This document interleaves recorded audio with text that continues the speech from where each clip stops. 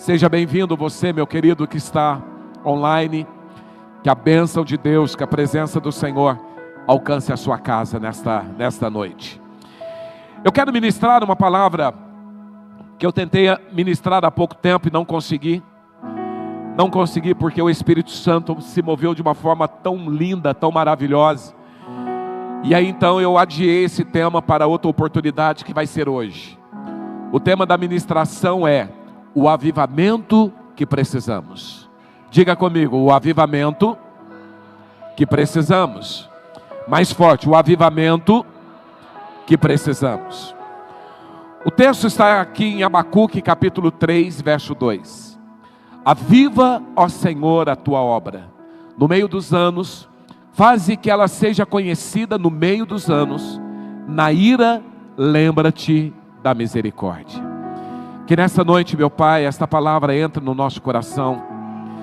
Que possamos ser ministrados, transformados, restaurados, tomados pelo poder da Tua palavra. A Tua palavra traz cura, a Tua palavra traz libertação, a Tua palavra nos encoraja a viver uma vida totalmente diferente. Então, Pai, que essa noite o Senhor possa nos alinhar, para que possamos compreender esta verdade, e saiamos daqui transformados por esta palavra, no nome de Jesus. Amém.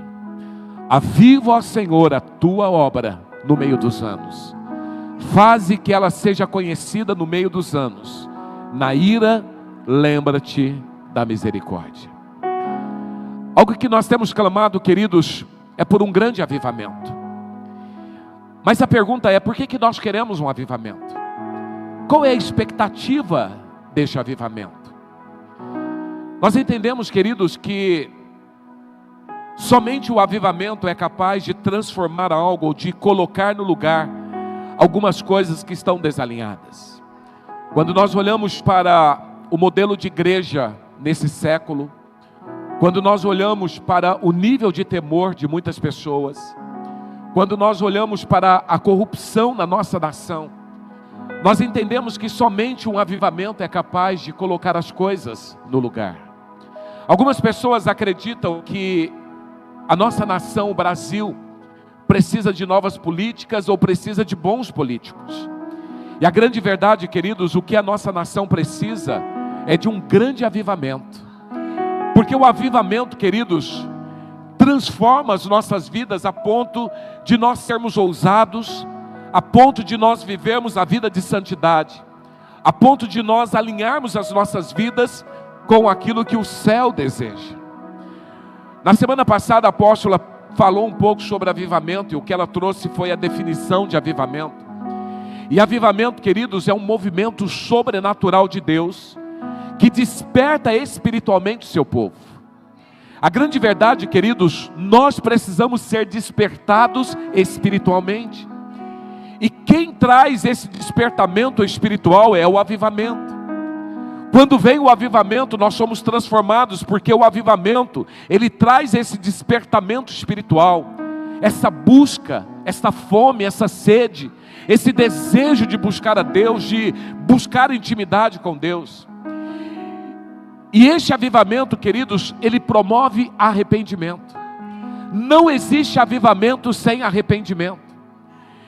Ele traz fome pela palavra, ele traz santidade e ele traz transformação. Algumas coisas, queridos, nós precisamos começar a alinhar. Nós não podemos viver o evangelho onde nós entramos na igreja aos domingos, recebemos uma palavra poderosa, tremenda, recebemos a unção do Espírito, estamos numa atmosfera de adoração. Mas quando nós saímos das quatro paredes e quando nós voltamos para a nossa vida cotidiana, nós simplesmente voltamos a viver uma vida normal. Avivamento, queridos, nos tira da normalidade e nos leva a viver o sobrenatural. Avivamento nos leva a refletir sobre pecado e nós abominamos o pecado. Avivamento, queridos, é um despertamento espiritual que nos leva a uma vida de transformação, onde nós não aceitamos mais viver o pecado na nossa casa. Nós não aceitamos mais viver uma vida que desagrada a Deus. Quantas pessoas vêm nos cultos aos domingos, mas chega na segunda-feira, volta a mentir. Vem no culto no domingo, mas sai da igreja. O namorado vai para a cama com a namorada. Quantas pessoas vêm para a igreja no domingo, adora a Deus, chora na presença de Deus, é cheio da presença de Deus, mas quando chega na segunda-feira, volta a falar palavrões e coisas que não deveriam falar. Vem na igreja, mas sai da igreja, volta a maltratar sua esposa, volta a ser uma péssima esposa, volta a maltratar os seus filhos, volta a desonrar os seus pais.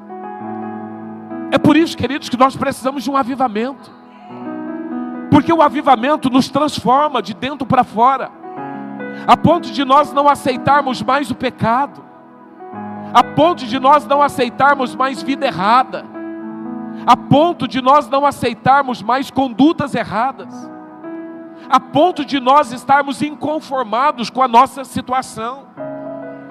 Porque avivamento, queridos, é nós estarmos felizes com Deus, mas insatisfeitos comigo mesmo, insatisfeito quando eu olho para dentro de mim.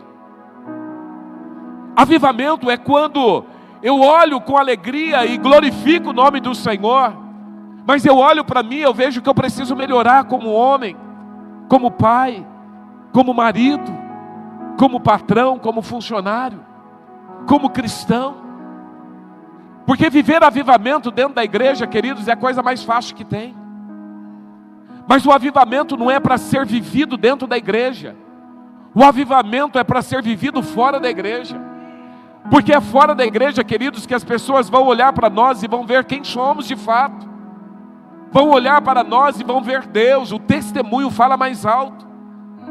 É fora da igreja, queridos, que as pessoas precisam ser contagiadas pela presença de Deus que há na minha vida. E a minha pergunta é: pessoas no seu trabalho, elas são contagiadas pela vida de Deus que há em você? Se as pessoas, queridos, não são impactadas lá fora pela presença de Deus que há em nós, isso quer dizer que nós temos muito pouco de Deus. Isso quer dizer que algumas coisas têm que começar a mudar. Porque o correto é eu entrar no meu local de trabalho e as pessoas sentirem uma presença transformadora.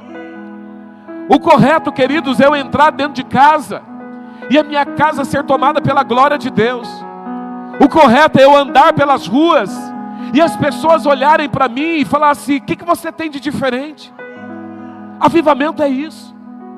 Avivamento é uma ação sobrenatural de Deus na minha vida, e que me leva a fazer algo sobrenatural.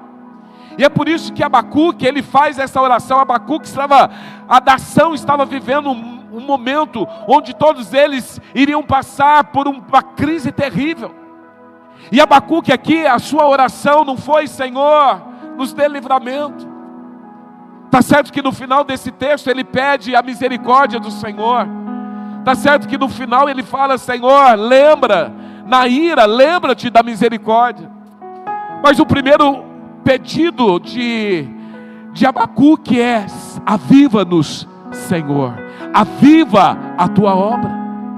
Porque o povo estava se desviando de Deus, o povo estava se perdendo, e somente o avivamento traz um povo de volta. Quantas pessoas, queridos, estão voltando à prática do pecado? A Bíblia diz que a porca lavada volta ao lamaçal. Fomos lavados, mas muitas vezes voltamos ao pecado, voltamos ao lamaçal, voltamos à prática das coisas erradas. E somente o avivamento é capaz de nos alinhar de volta com o céu, com o projeto de Deus e com a vontade de Deus. E é por isso que Abacuque faz essa oração: aviva, ó Senhor, a tua obra. Porque o avivamento, queridos, não é algo que eu consigo produzir, não. O avivamento é algo que vem de Deus. O avivamento é uma ação do céu na terra, é o sobrenatural de Deus sobre a igreja. A igreja precisa clamar pelo avivamento. Quando nós começamos a olhar para a história do avivamento, o avivamento começa lá em Atos 2. E ali, queridos, em Atos 2, em Pentecostes, 120 pessoas estavam reunidas. E a Bíblia diz que o poder do Espírito toma aquelas 120 pessoas. Mas o segredo, queridos, não é o que aconteceu ali. O segredo é o que aconteceu a partir dali. O segredo é o que eles se tornaram a partir daquele momento. Houve um mover sobrenatural de Deus naquele lugar, mas eles saíram dali, 120 homens, eles contagiaram milhares e milhares e milhares e milhares e milhares de pessoas. Porque, queridos, avivamento não precisa de muitas pessoas, mas um grupo pequeno avivado, ele é capaz de contagiar nações, ele é capaz de contagiar multidões, ele é capaz de contagiar muitas pessoas.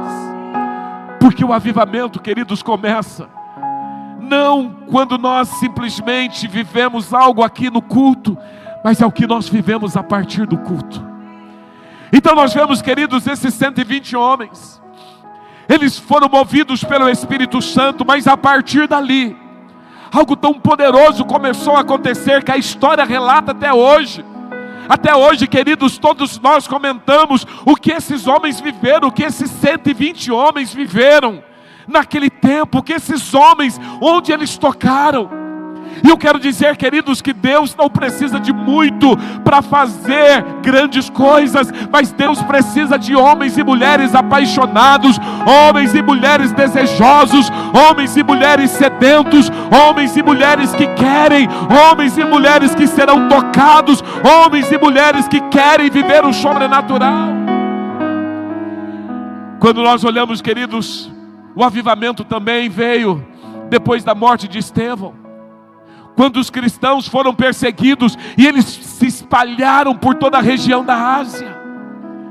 Queridos, eles se espalharam. O avivamento, ele nunca permanece naquele lugar. O fogo, ele cai, mas o fogo espalha. O espalhar é que move o grande avivamento.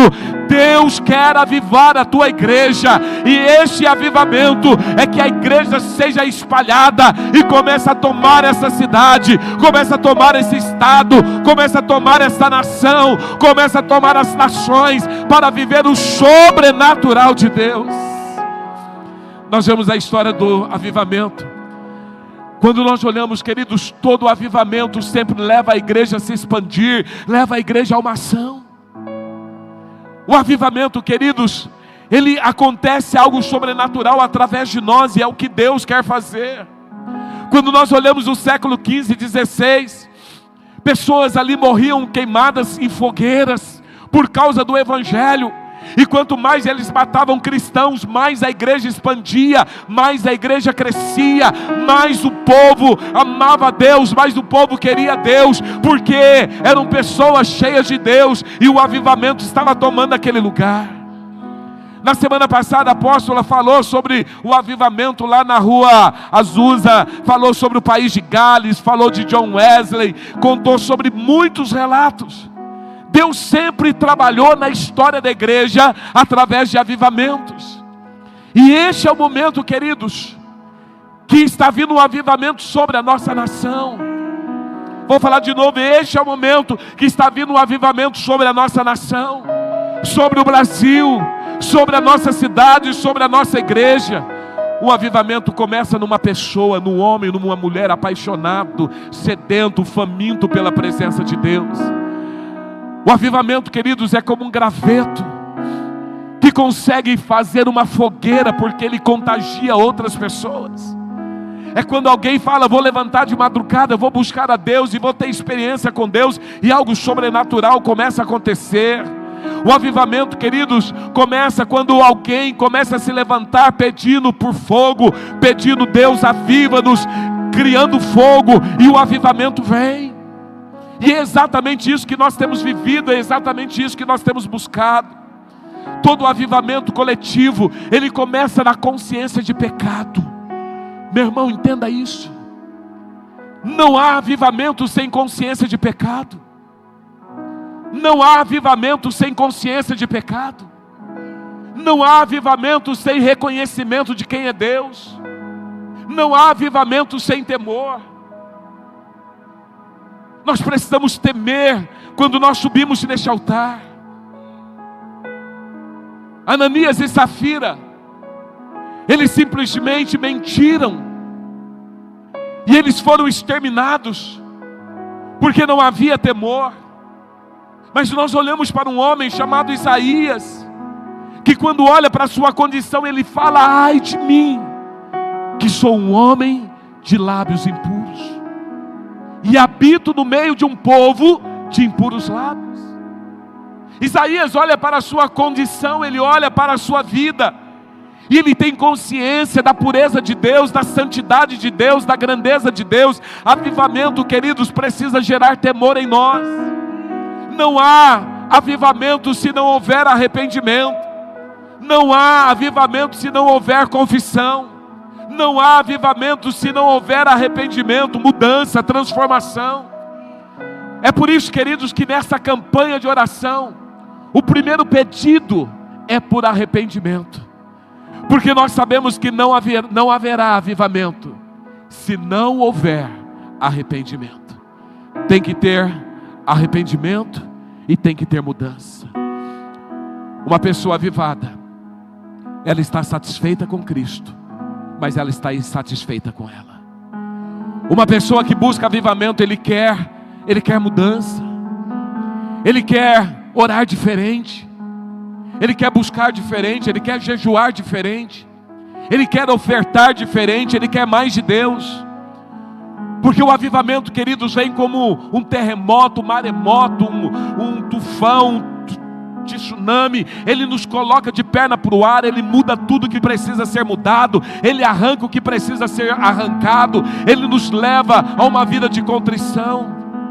Mas o avivamento tem que começar na minha vida. O avivamento tem que começar em mim. Uma igreja morna não é capaz de gerar avivamento. Uma igreja morna não é capaz de gerar avivamento. Uma pessoa morna não é capaz de gerar avivamento.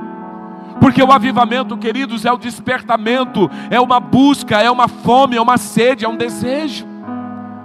Todos os dias, na madrugada, eu e a Solange, nós clamamos a Deus: Senhor, aviva-nos, aviva-nos, aviva-nos. Que o avivamento comece na minha casa, na minha vida, na minha esposa, no meu filho. Tome a igreja, aviva essa cidade, aviva esse estado, aviva o Brasil, aviva-nos. O avivamento nós precisamos desejar, nós precisamos querer, nós precisamos almejar. Quando eu olho, queridos, para a carta de Paulo aos Efésios, capítulo 4, aqui nós temos um ensinamento tremendo sobre avivamento. Primeiro ele começa aqui com 3 pressupostos, e depois ele relata quais são os resultados de uma pessoa avivada. Quando nós olhamos para a igreja em Éfeso, nós vemos, queridos, que a igreja em Éfeso, no tempo do apóstolo Paulo, era uma igreja avivada. Era uma igreja que buscava, era uma igreja que clamava, era uma igreja que se prostrava. Mas com o passar do tempo, a igreja foi perdendo o primeiro amor. E é por isso que quando o Senhor escreve às 7 igrejas da Ásia, e quando ele escreve para a igreja de Éfeso, ele fala: tenho porém contra ti, que deixastes o teu primeiro amor. Lembra de onde caíste, arrependa-te e volte à prática das primeiras obras. Quando o Senhor fala: tenho porém contra ti que abandonastes o teu primeiro amor, se alguém abandonou, é sinal que um dia teve. É porque um dia essa igreja foi avivada. É porque essa igreja um dia foi apaixonada. É porque essa igreja um dia foi vibrante. E o Senhor então ele elogia essa igreja, mas o Senhor faz uma observação: vocês perderam o primeiro amor. Vocês perderam esse avivamento, esse fogo, essa paixão, esse desejo. E a minha pergunta hoje para você, querido: será que você também não perdeu o primeiro amor? Será que em algum momento na sua vida você perdeu essa fome, essa sede? O Senhor quer que possamos voltar à prática das primeiras coisas. Os 3 pressupostos do avivamento. Primeira coisa, primeiro pressuposto. Eu preciso entender, nós vamos estudar um pouquinho o capítulo 4 de Efésios. Eu preciso entender que todo avivamento é um movimento do céu. Todo o movimento do céu foi para mim, foi por minha causa. Olha o que ele fala aqui no verso 10. Aquele que desceu é o mesmo que subiu acima de todos os céus, a fim de encher todas as coisas. Primeiro pressuposto. O avivamento ele vem porque eu preciso entender que tudo aquilo que Deus faz é para que nós estejamos cheios dele. Olha só, aqui Paulo está dizendo que aquele que desceu, quem desceu do céu? Jesus. É o mesmo que subiu. E quem subiu? Jesus. E ele enviou também quem? O Espírito Santo. Então todo esse movimento de descer, de subir, de enviar o Espírito Santo, tudo isso tem uma finalidade. Qual que é a finalidade? A fim de encher todas as coisas. Primeira coisa, eu preciso entender que Deus quer que nós como igreja sejamos uma igreja cheia da presença dEle. Sejamos um povo cheio de Deus, um povo cheio de unção, um povo cheio da graça dEle. Todo o movimento do céu teve um propósito. Que você, meu irmão, seja uma pessoa avivada, uma pessoa cheia, uma pessoa completa, uma pessoa que se esvazia de você mesmo, mas uma pessoa que se enche de Deus. Então todo o movimento de Deus foi para que você se tornasse uma pessoa avivada, para que você se tornasse uma pessoa cheia dele, para que você se torne uma pessoa cheia do poder, da graça dele. A grande verdade, queridos, tem pessoas que às vezes saem do culto e falam: nossa, apóstolo, foi linda a mensagem, que palavra tremenda. Meu irmão, entenda uma coisa, a palavra não precisa ser linda. A palavra de Deus precisa ser transformadora, ela tem que transformar você. É a pessoa que fala assim: eu recebo a palavra, e a pessoa entrou na condição de pecado, mas ele abandona o pecado. Ele mentia, ele não mente mais. Ele roubava, não rouba mais. Ele adulterava, não adultera mais. Ele praticava o pecado, não pratica mais. Ele agora alinha a vida dele com a vontade de Deus. Então a palavra não precisa ser linda, a palavra tem que ser transformadora. A palavra de Deus é transformadora. E às vezes, queridos, a palavra é pesada. Lembra de Jesus pregando para a multidão, e Jesus estava lá pregando de verdade, e de repente um saiu, o outro saiu, o outro saiu, e começaram a sair. E Jesus olha para os seus discípulos, Jesus fala o quê? Vocês também querem ir embora? Aí o Pedrão olha para Jesus e fala: Jesus, para onde iremos nós? Só tu tens palavra de vida eterna. Sabe o que Pedro fala? Jesus, eu não posso ir embora, sabe por quê? Porque as tuas palavras são palavras que me conduzem para o céu. Então, queridos, entenda, às vezes a mensagem, ela não é massageadora, ela não é uma palavra legal de ouvir, mas é uma palavra de alinhamento, e palavras que nos levam para o céu. Então tudo que o Senhor fez teve um propósito, e o propósito foi para que eu e você estejamos cheios dele. Olha para o teu irmão e pergunta para ele: quanto você tem de Deus, meu irmão? Pergunta para ele com coragem: quanto você tem de Deus? Segundo pressuposto, tudo é por meio da igreja. Efésios 4, 11 e 12. Ele designou alguns para apóstolos, outros para profetas, outros para evangelistas, outros para pastores e mestres, com o fim de preparar os santos para a obra do ministério, para que o corpo de Cristo seja edificado. Quem é o corpo de Cristo? Quem faz parte do corpo de Cristo? Quem aqui faz parte do corpo de Cristo? Diga assim: eu sou membro do corpo. Então, quando nos reunimos, nos tornamos o corpo de Cristo, a igreja. Então agora o Senhor está dizendo aqui que Ele levanta apóstolos, profetas, evangelistas, pastores e mestres, com uma finalidade. Qual é a finalidade? A finalidade é preparar os santos. Quem aqui faz parte desse santo? Quantos aqui Nós somos os santos, nós somos a igreja do Senhor Jesus. Ele preparar os santos para a obra do ministério, para que o corpo de Cristo seja edificado. Então, queridos, segundo o pressuposto, primeiro eu entendi, toda subida e descida, toda descida e subida teve um propósito, e o propósito é que eu seja cheio. Não pode ter crente vazio. Segundo, eu preciso entender que tudo é através da igreja. Entenda uma coisa, meu irmão, você que está em casa, talvez você não está aqui porque você está enfermo ou você tem alguma dificuldade, mas a igreja de Jesus precisa congregar, ela precisa reunir, porque a igreja de Jesus tem poder e ela tem autoridade para ligar e desligar. Entenda uma coisa, queridos, o propósito de Deus é que a igreja exerça autoridade na terra. Quem tem poder para mudar esta nação, queridos, é a igreja através de Jesus. Nós temos a chave, nós temos a autoridade para mudar tudo, é através da igreja. O Senhor não deu este poder, esta autoridade para autoridades na terra, para os homens da terra, para os clubes da terra, não, Ele deu para a igreja. Talvez você fale assim: apóstolo, o Brasil está terrível. Sabe de quem que é a culpa? Da igreja. É a igreja, porque a igreja tem autoridade, a igreja tem poder, a igreja se levanta como autoridade, a igreja tem poder para mudar essa nação.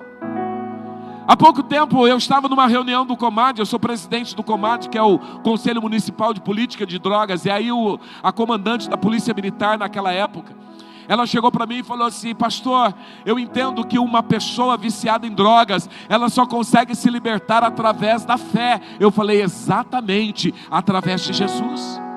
É por isso que as clínicas, as comunidades terapêuticas que mais dão resultados, são comunidades terapêuticas ligadas à igreja, que prega Jesus. Não existe transformação, não existe uma pessoa se libertar das drogas sem Jesus, não tem como. Entenda, meu irmão, a solução para essa nação é Jesus, e quem apresenta Jesus é a igreja. Então eu preciso entender que tudo é por meio da igreja. A igreja tem o poder para ligar e desligar. Se o mundo não está bem, meu irmão, não espere uma política melhor, porque não vem. Não espere algo melhor, porque não vem. O que precisa é a igreja se levantar com poder e autoridade e exercer o seu papel de autoridade na terra. É começar a falar o que vai acontecer. Deus quer levantar aqui homens e mulheres com a unção de Elias, que fala que não vai chover e não vai chover, e depois fala que vai chover e vai chover. Homens e mulheres, queridos, uma igreja cheia de autoridade, onde os governantes dessa terra precisam chegar na igreja e falar assim: por favor, igreja, ora pelo meu governo, porque se Deus não me abençoar, não vai mesmo. Não vai mesmo, porque tudo Deus tem entregue poder e autoridade à igreja. E o Senhor também nos deu dons. Quando Ele fala, Ele levantou apóstolos, profetas. Todos nós temos dons. Olha para essa pessoa ao teu lado, dá uma olhadinha para ela. Essa pessoa tem dom, meu irmão.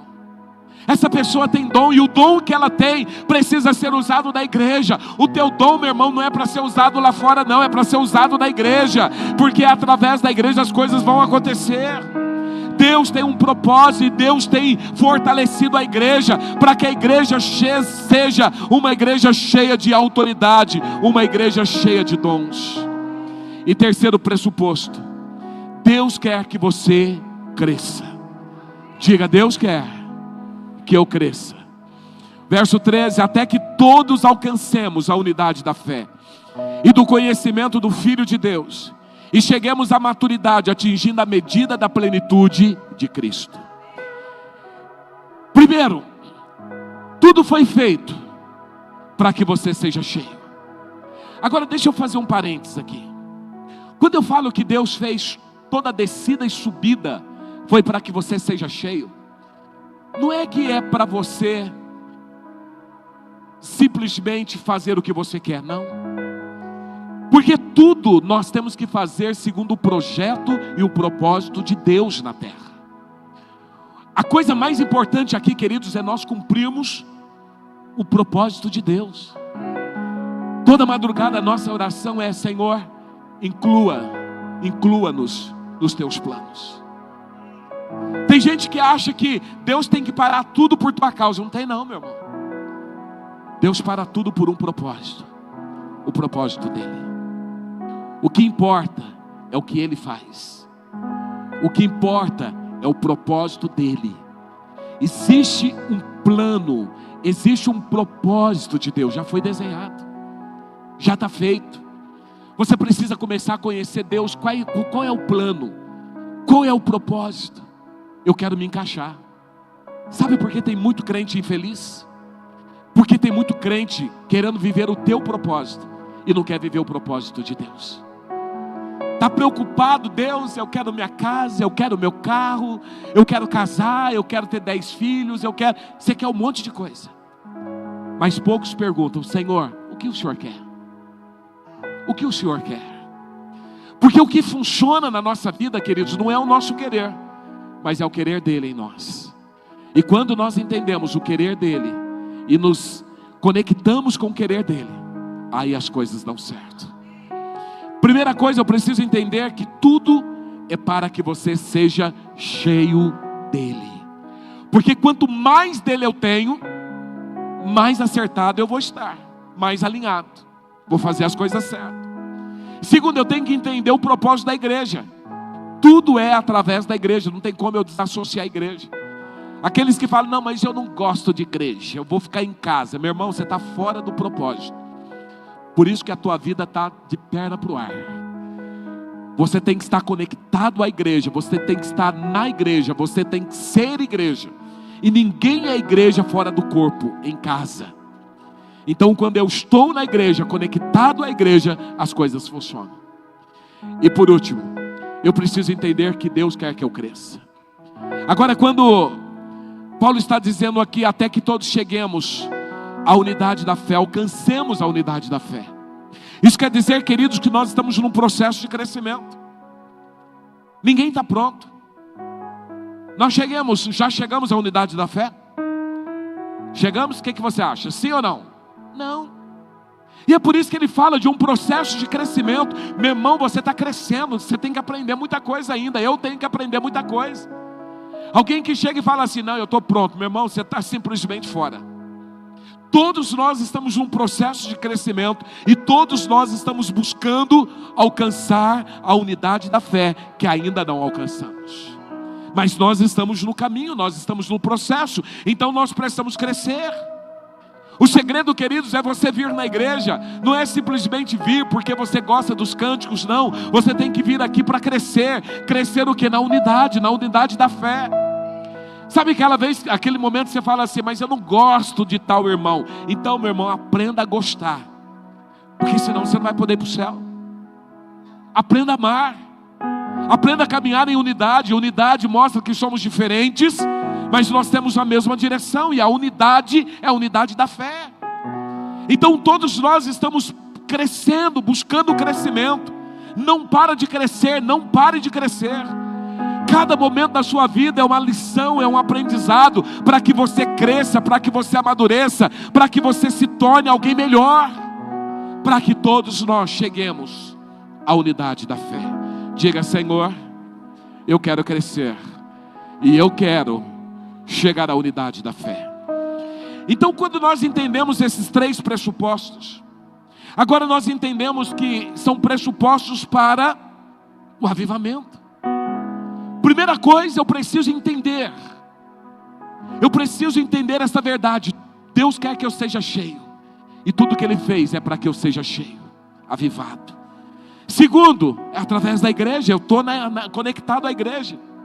Terceiro, eu estou buscando crescimento todos os dias. Eu estou buscando a graça de Deus, o conhecimento de Deus, porque eu quero crescer. Ok, eu entendi esses pressupostos.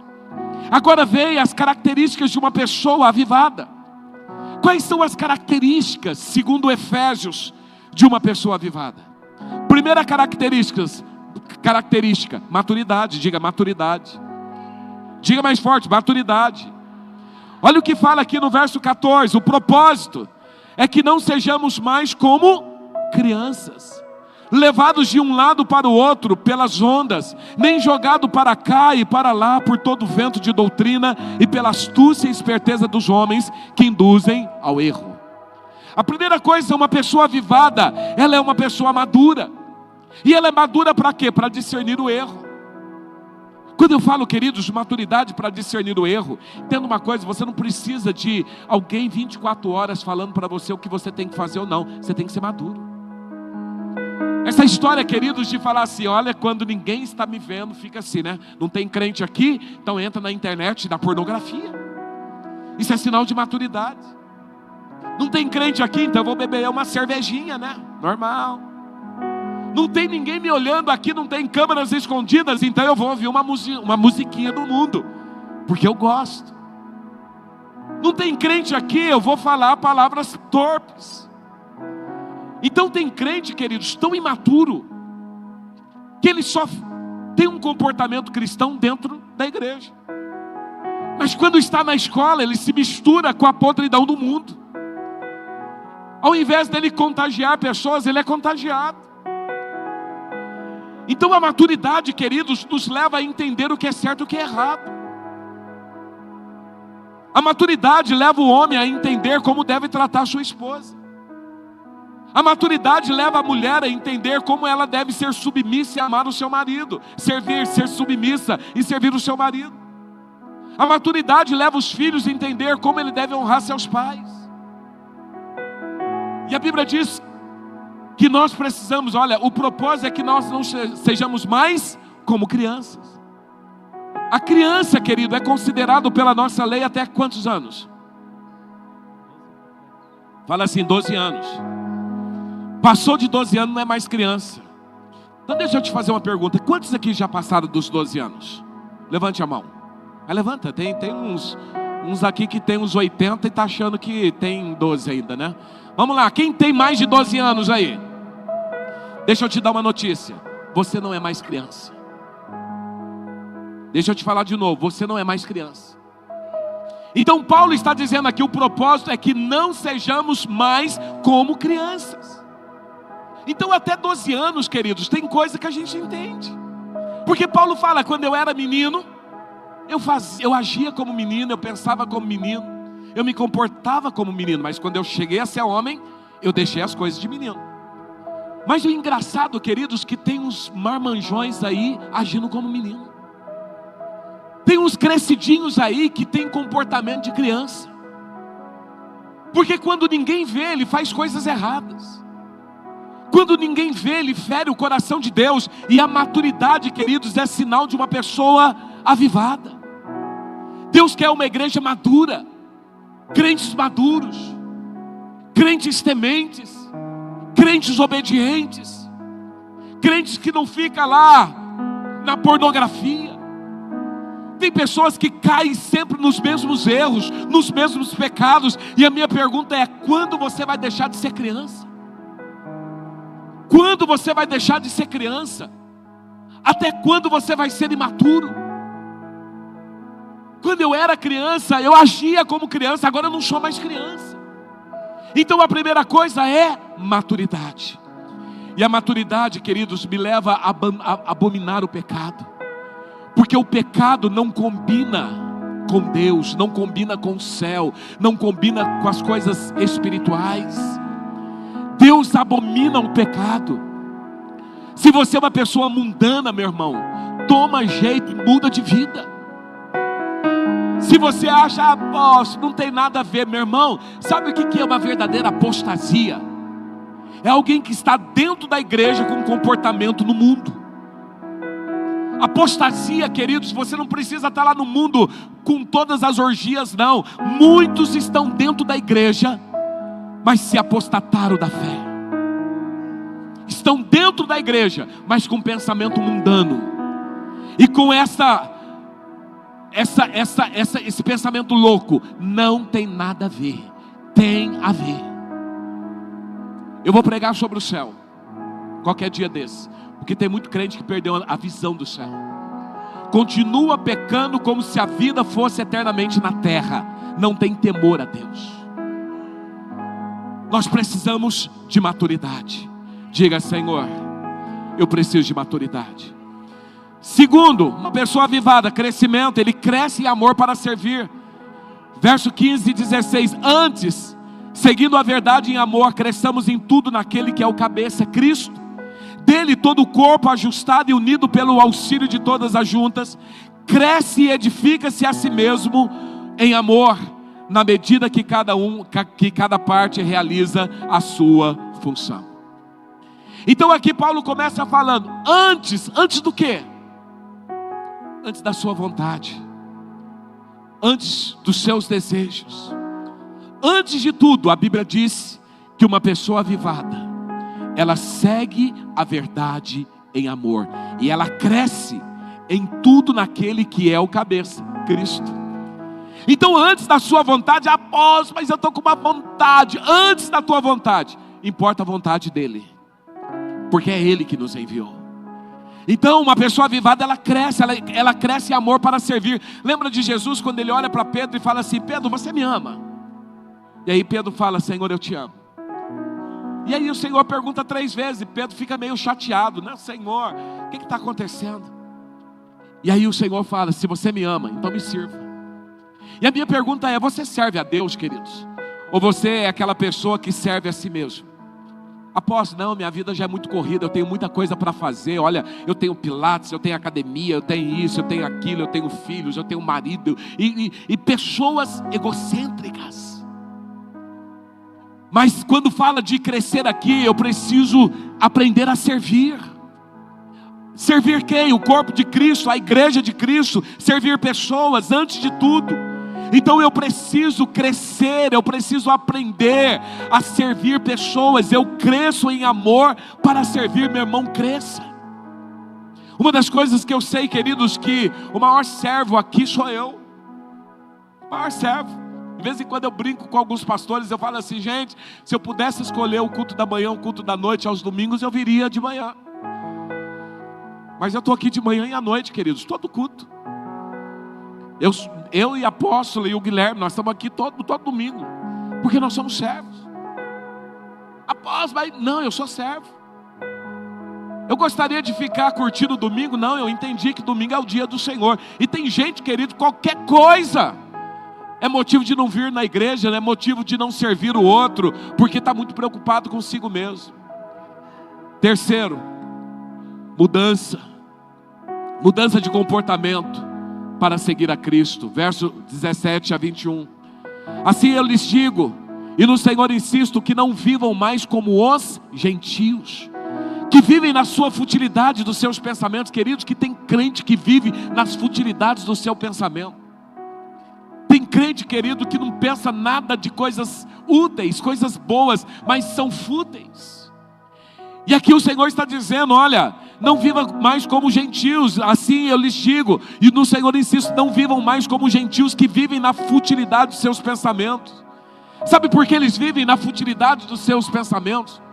Porque eles estão obscurecidos no seu entendimento e separados da vida de Deus por causa da ignorância em que eles estão, devido ao endurecimento dos seus corações. Tem coração duro, são ignorantes. Eles não olham para a vontade de Deus, para o propósito de Deus, tendo perdido toda a sensibilidade, pessoas insensíveis. Eles se entregaram à depravação, cometendo com avidez toda a espécie de impureza. Todavia não foi assim que vocês aprenderam de Cristo. De fato, vocês ouviram falar dele, e nele foram ensinados de acordo com a verdade que está em Jesus. Eu não acredito, queridos, em cristianismo sem mudança. Os gentios, eles viviam nas suas infutilidades, uma vida depravada, uma vida fora da vontade de Deus, mas eles viviam porque eles não conheciam a Cristo. Mas eu não acredito em crentes que conhecem a Deus, que vem na igreja, que está aqui ouvindo a palavra de Deus e ainda continua com uma vida fútil, uma vida que não faz sentido. Pessoas que continuam na prática do pecado e pior, pessoas que voltam ao lamaçal, pessoas como a porca lavada que voltam ao lamaçal, pessoas que conhecem a Cristo e voltam atrás. voltam para a idolatria, voltam para o pecado. Meu irmão, me perdoa, essas pessoas nunca conheceram a Cristo.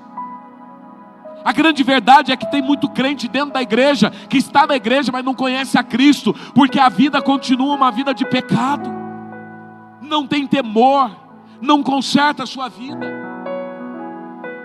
Meu amado, eu falo com todo temor, tremor e amor.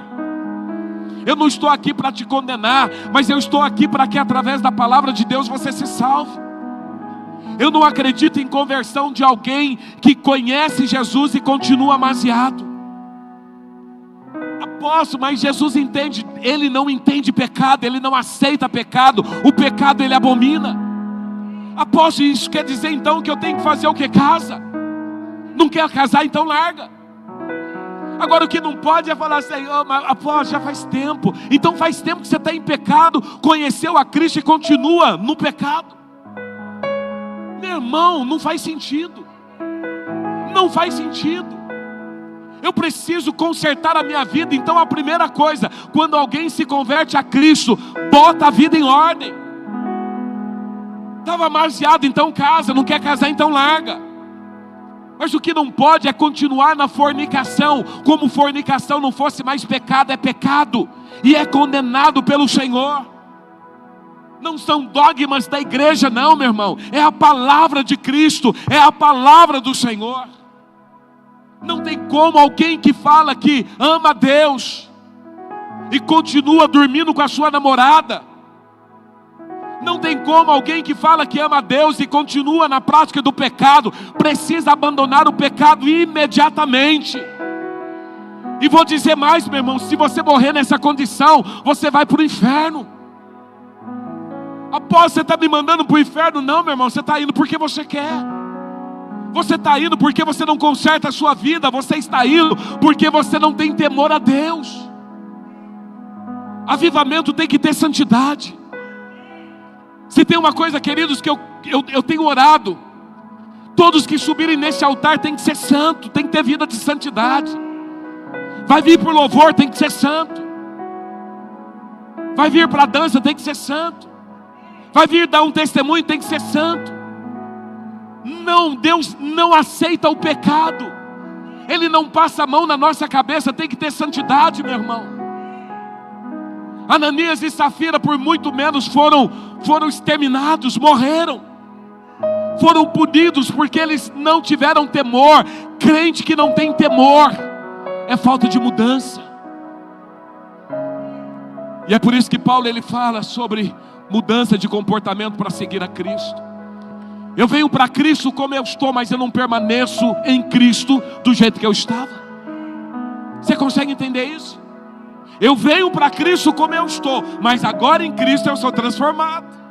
Eu não aceito mais o pecado, eu não continuo mais na vida de ignorância. Eu não sou mais como os gentios que vivem na depravação, que vivem no mundanismo, longe de Deus, afastado de Deus.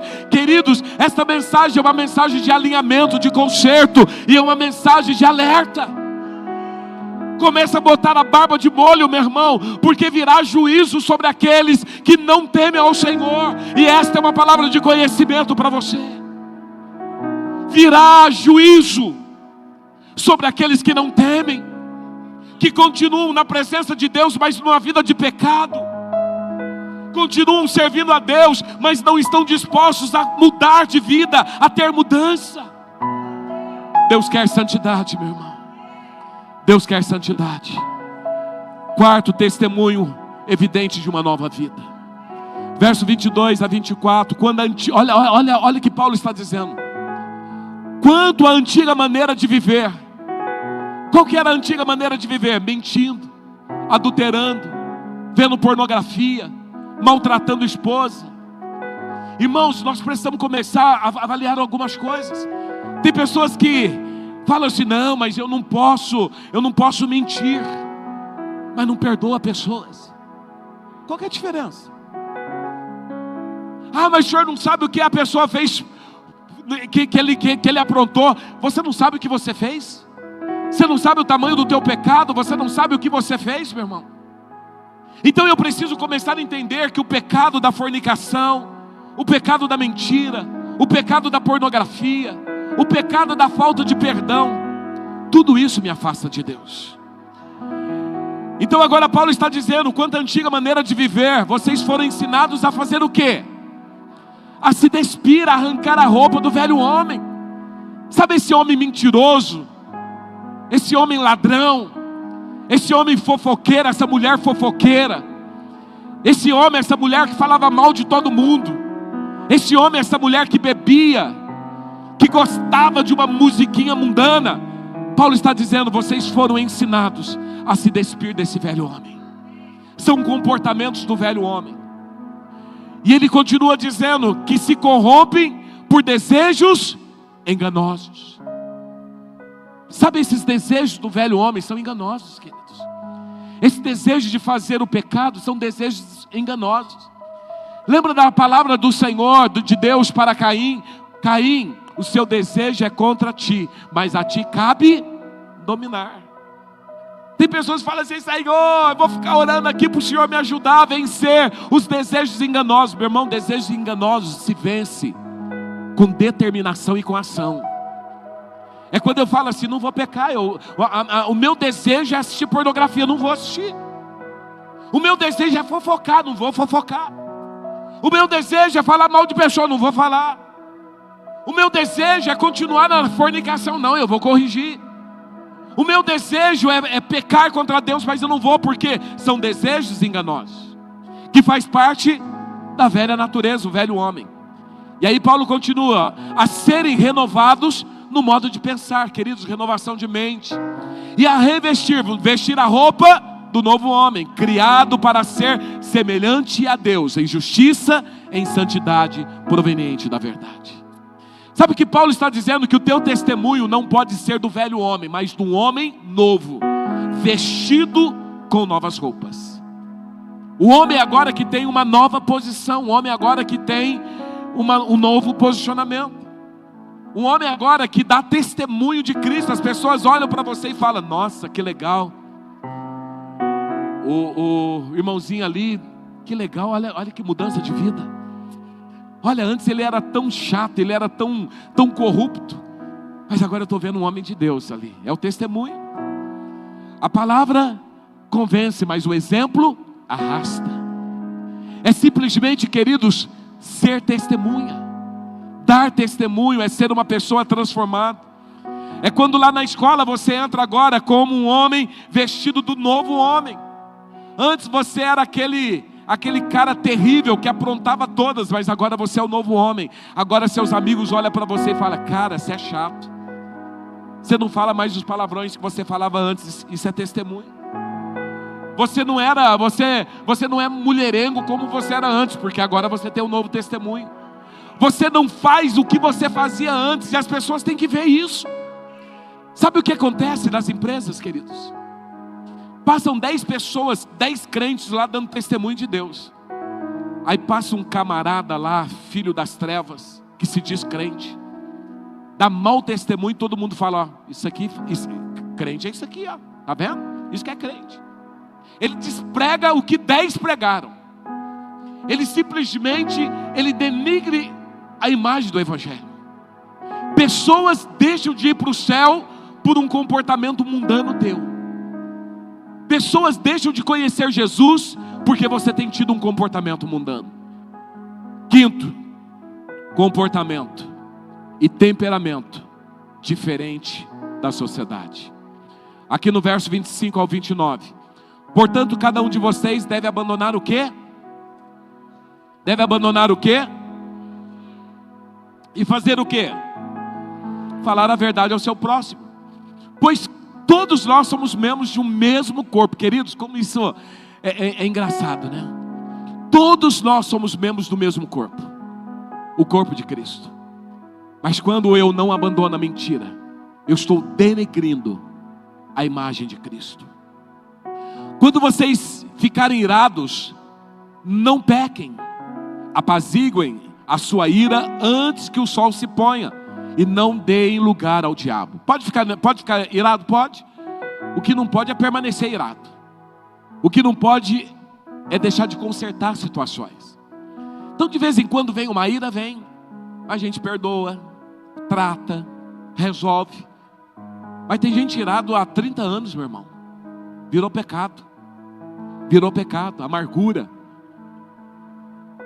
O que furtava não furta mais. Antes trabalhe fazendo algo útil com as mãos, para que tenha o que repartir com que estiver em necessidade. Nenhuma palavra torpe. O que é uma palavra torpe, meu irmão? Torta, errada, palavrão. Você é aquele que quando fica bravo desce do salto e xinga todo mundo? É porque ainda o velho homem está dominando você. Apóstolo, mas eu fiquei nervoso. Meu irmão, se controle. Nenhuma palavra torpe saia da tua boca. Tendo uma coisa: as más conversações corrompem os bons costumes. Tem crente falando besteira demais, falando asneira demais, com palavras torpes, com palavrões, e não deveria sair da boca de alguém que adora a Deus. Como que da mesma fonte pode jorrar água doce e água salgada? Alguém que abre a boca para adorar a Deus, agora abre a boca, a mesma boca que adora a Deus, é a boca que fala os palavrões. Nenhuma palavra torpe saia da boca de vocês, mas apenas o que for útil para edificar os outros, conforme a necessidade, para que conceda graça aos que ouvem. Deixa eu te dar um conselho. Não tem o que falar, se cala. Porque Paulo está dizendo que o que tem que sair da nossa boca é aquilo que é útil para abençoar pessoas. Então, quando você fala mal das pessoas, isso está edificando alguém? Está ajudando alguém? Está abençoando a vida de alguém? Então se cala, meu irmão. Peca não. Peca não. Não tem o que falar, se cala. Mas a nossa boca precisa ser aberta para falar, para abençoar a vida de outros. Sabe o que é isso? É um comportamento e um temperamento diferente. Tem gente que fala assim: não, mas apóstolo, eu desci do salto. Tem crente descendo do salto demais, meu irmão. Tem crente destemperado. Na hora do nervosismo fala o que não deveria falar, explode. Seu temperamento tem que ser controlado pelo Espírito Santo. Controle o seu temperamento, meu irmão. Sexto, santidade, para honrar o Senhor. Verso 30, não entristeçam o Espírito Santo de Deus, com a qual vocês foram selados para o dia da redenção. A nossa vida tem que ser uma vida de santidade. Todo pecado entristece o Espírito Santo. Todo pecado entristece o Espírito Santo. Não entristeçam o Espírito Santo de Deus, com a qual vocês foram selados para o dia da redenção. Nós precisamos voltar a viver uma vida de santidade para que o avivamento venha. É todos os dias olhar para dentro de nós e falar assim: não, eu preciso mudar, eu preciso melhorar. Preciso melhorar esse comportamento, eu preciso melhorar o meu jeito de ser, eu preciso melhorar o meu jeito de falar, eu preciso melhorar o jeito de tratar. Meu irmão, você tem que sair daqui transformado hoje. Não é sair daqui hoje e voltar amanhã a falar os mesmos palavrões, ter o comportamento mundano. Não, é ser santo. E santo é aquele que vigia a sua vida todo o tempo. Ninguém está me vendo, mas Deus está vendo. Olha aqui para mim. Talvez não tem ninguém da igreja, não tem pastor, não tem irmão, mas tem Deus. Tem o Espírito Santo. O Espírito Santo está dentro de você. Não tem como, meu irmão, você fazer algo que o Espírito Santo não veja. Não tem como. E a Bíblia diz: não entristeça o Espírito Santo. E o Espírito Santo, ele é entristecido quando nós temos um comportamento mundano, quando nós pecamos, quando nós nos afastamos da presença do Senhor. E por último, emoções pessoais saudáveis comigo e com o próximo. Olha o que ele fala no verso 31 e 32. Livrem-se de toda amargura, indignação, ira, gritaria, calúnia, bem como toda maldade. Sejam bondosos, compassivos uns para com os outros, perdoando-se mutuamente, assim como Deus perdoou vocês em Cristo. Perdoando. Tem muito crente que não consegue perdoar. Muito crente que dá desculpas. Apóstolo, ele me feriu demais. Mas quantas vezes você feriu o Senhor e Ele te perdoou? Quando nós olhamos aqui para o final desse texto, Paulo fala aqui da amargura, da indignação, da ira, da gritaria, da calúnia. Como toda maldade é sinal de uma pessoa doente emocionalmente e uma pessoa afastada da presença de Deus. Então, se você é essa pessoa amargurada, cheio de indignação, de ira, de gritaria, de calúnia, de maldade, isso é sinal, queridos, que tem alguma coisa errada na sua vida e você precisa de uma transformação, precisa de uma mudança. Mas por outro lado, ele fala aqui quais são os indícios de um crente saudável, avivado, curado. O cristão avivado e curado, ele é bondoso, compassivo, uns para com os outros, e ele perdoa mutuamente. Então você tem aqui duas classificações de pessoas. A classificação de um crente carnal, que precisa reavaliar a sua conduta espiritual. Uma pessoa emocionalmente doente, e aqui eu preciso ter as minhas emoções controladas pelo Espírito Santo. E aqui tem as evidências também de um cristão avivado, curado. Eu me torno bondoso, compassivo, eu perdoo pessoas. Agora, para a gente encerrar, o Ministério de Louvor pode vir aqui à frente. Para que tudo isso aconteça, queridos, Hebreus 12, 14 diz: esforçam-se. Diga esforça. Diga mais forte, esforce. Para viver em paz com todos e para serem santos. Sem santidade ninguém verá o Senhor. Você consegue entender isso? Sabe por que precisa ter mudança? Senão você não vai para o céu, meu irmão. Sabe por que precisa ter mudança? Sabe por que precisa ter um bom testemunho? Sabe por que hoje, meu irmão, você tem que avaliar todos os pontos que você precisa tratar e sair daqui decidido a mudar? E mudar a partir de agora? Porque sem santidade ninguém verá o Senhor. Então aqui o autor de Hebreus está dizendo: esforça-se. Meu irmão, às vezes a gente esforça para viver em paz com as pessoas. E é isso que ele está dizendo: esforce para viver em paz com todos. Tem gente que nos dá nos nervos. É verdade ou mentira? De vez em quando não dá vontade de olhar para o seu cônjuge. Não é meu caso, que a minha esposa é uma benção. Mas sério, mas não dá vontade de vez em quando de esguinicar, de pegar no pescocinho e dar uma sacudida? De vez em quando o filho não dá vontade de catar o filho pelos cabelos? Hã? E ainda mais o Rafael, que tem 4, né? Rafael e Cid. Ainda são pequenos, né? Mas de vez em quando não tem gente que tira do sério? Hã? Sim ou não? Ou será que é só comigo? De vez em quando lá no seu trabalho, teu patrão não te irrita e dá vontade de mandar ele plantar batata? Hã? Verdade ou mentira? Mas agora o que o autor de Hebreus está dizendo: esforçam-se. Você precisa se esforçar, meu irmão. Tem coisa que não é fácil, mas você tem que fazer. Tem pecado, querido, que o pecado chama, mas você corre, porque esforça-se. Esforça para viver em paz com todos e para serem santos. Esforce para viver uma vida de santidade, para fazer o que é certo, para fazer o que Deus deseja. Esforce. Eu quero hoje, meu irmão, que você saia daqui decidido. Eu ouvi essa palavra, mas eu não vou sair daqui e continuar na mesma prática do pecado. Eu vou me esforçar para abandonar essa bebida. Eu vou me esforçar para abandonar a pornografia. Eu vou me esforçar para viver a vida de santidade. Eu vou me esforçar para dar um bom testemunho lá no meu trabalho. Eu vou me esforçar para ser testemunha lá no meio dos meus amigos. Eu vou me esforçar para me relacionar com todos, mas o meu testemunho vai ser primordial.